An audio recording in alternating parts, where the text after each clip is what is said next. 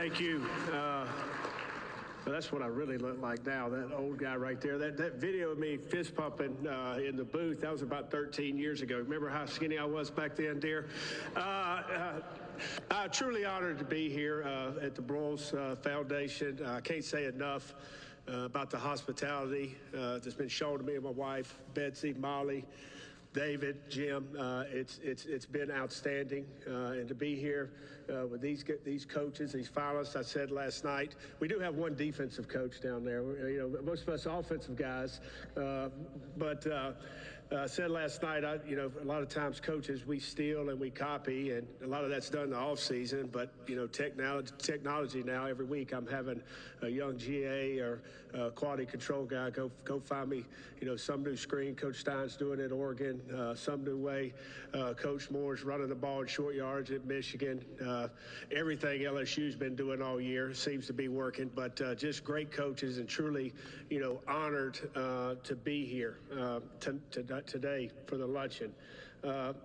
First, I want to recognize the true, the head coach of my family, and that's my wife, Lainey. Met her at the University of Georgia. She's allowed me to follow my dream, and that's coach.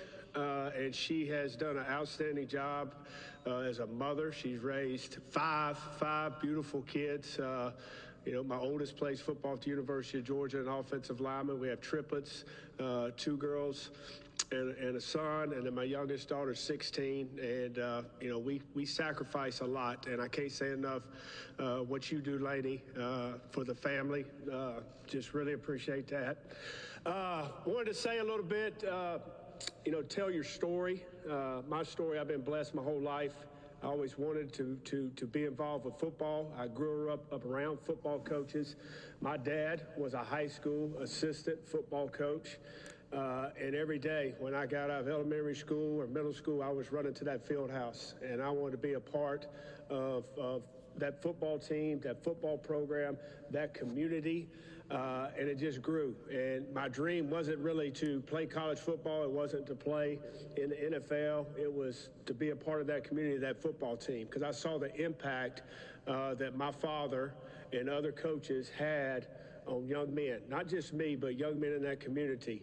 Some of them went on to play in the NFL. Some of them went on to play, win national championships, and some of them went on just to be good husbands, good fathers. And, that's what I wanted to do. I wanted to have a chance to come back and coach high school ball. Fortunately, I played at the University of Georgia and had an opportunity, to get into college coaching. And I can't say enough about my college coaches, Ray Goff and Jim Donnan. Jim Donnan, who's still around in Athens, Georgia, who's still a very close friend to me and to my family, encouraged me to get into coaching. And have that opportunity as I wasn't good enough to play in the NFL, so start coaching right after my career at the University of Georgia and got my foot in the door, and then coached there for a couple years, and then to come back and for 14 seasons before my first stint at the University of Georgia, to be able to coach with a guy named Mark Richt, who I'm a young coach and really probably didn't deserve to be a coach in the SEC, and allowed me to grow as a position coach and an offensive coordinator.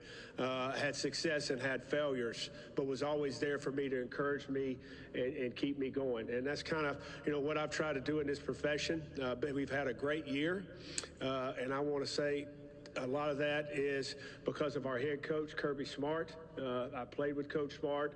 We grew up together in South Georgia. Both our dads were high school coaches. And then to come back and have an opportunity to be there at the University of Georgia with him and under his leadership and the direction he sets every day has been a blessing for me and my family. And, when you take a job as an offensive coordinator, Mark talked about the backbone of head coaches, the assistants, but the backbone of any coordinator, these guys would tell you, is your have an unbelievable staff. Every day I love to go in that room and work with those guys and figure out what we're going to do, how we're going to do it, how we're going to present it. I can't say enough about Stacy Searles, Dale McGee, Todd Hartley, Brian McClendon.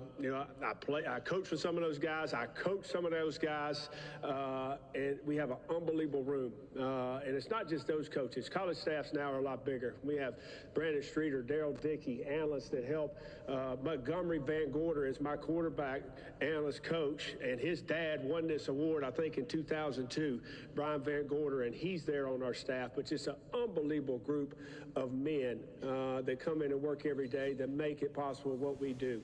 And then I think, every guy will tell you it's about the players. We get in this profession to help players, and I can't say enough about the group of players at the University of Georgia, the expectations that these kids have on them after coming off back-to-back national championship seasons to perform. They poured it all in. We came up a little short, but I love those guys and how they perform. I can't say enough about the character of that football team, and especially those kids on offense, because week in and week out, they laid it on the line for the University of Georgia, and I love you guys. Go Dogs.